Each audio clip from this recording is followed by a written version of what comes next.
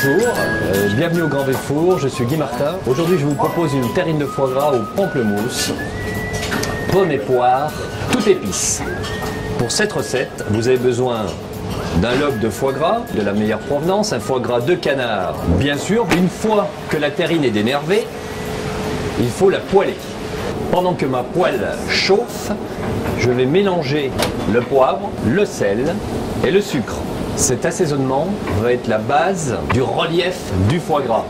Donc je vérifie la température de ma poêle. Voilà. Je vais poêler d'abord un lobe.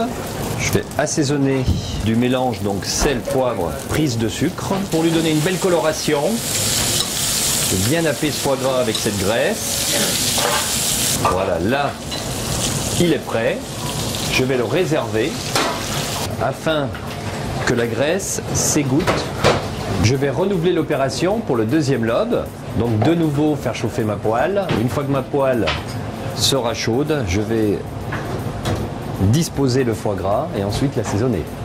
Alors voilà, j'ai pris une terrine de foie gras qui va correspondre à cette quantité. Elle est tout simplement, on va appeler chemisée.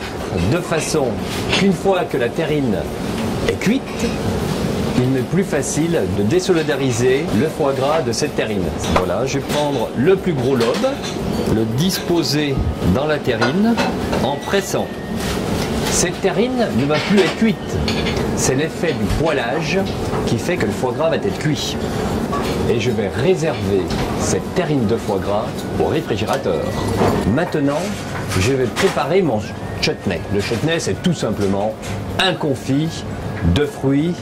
Alors dans un premier temps, je vais faire le caramel en faisant chauffer le miel. Voilà, donc là le caramel est en train de chauffer. Là c'est très joli, mais c'est à ce moment-là où il faut être très prudent et faire attention parce que le caramel va très vite cuire. Et s'il est trop cuit, ça sera amer, trop amer et ça sera pas bon. Voilà, là c'est parfait. J'ajoute le vinaigre, mes épices, les pomelos, les pommes et les poires. Je vais laisser compoter afin d'obtenir la consistance pratiquement d'une confiture. Je vais rajouter les mûres.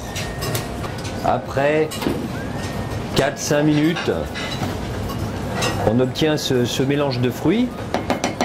Voilà qui est prêt là.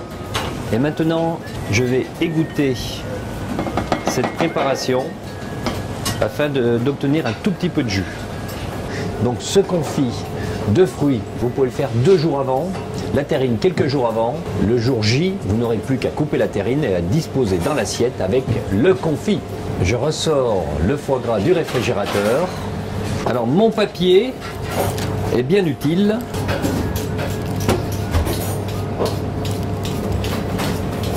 Je vais disposer une tranche de foie gras, disposer le chutney de côté. Et maintenant, vous pouvez aussi rajouter plus de petits pois.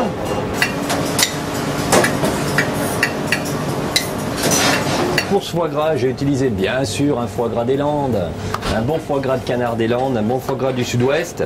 Une recette facile à faire. Et c'est bien si tout le monde peut participer à élaborer cette recette de fête de fin d'année.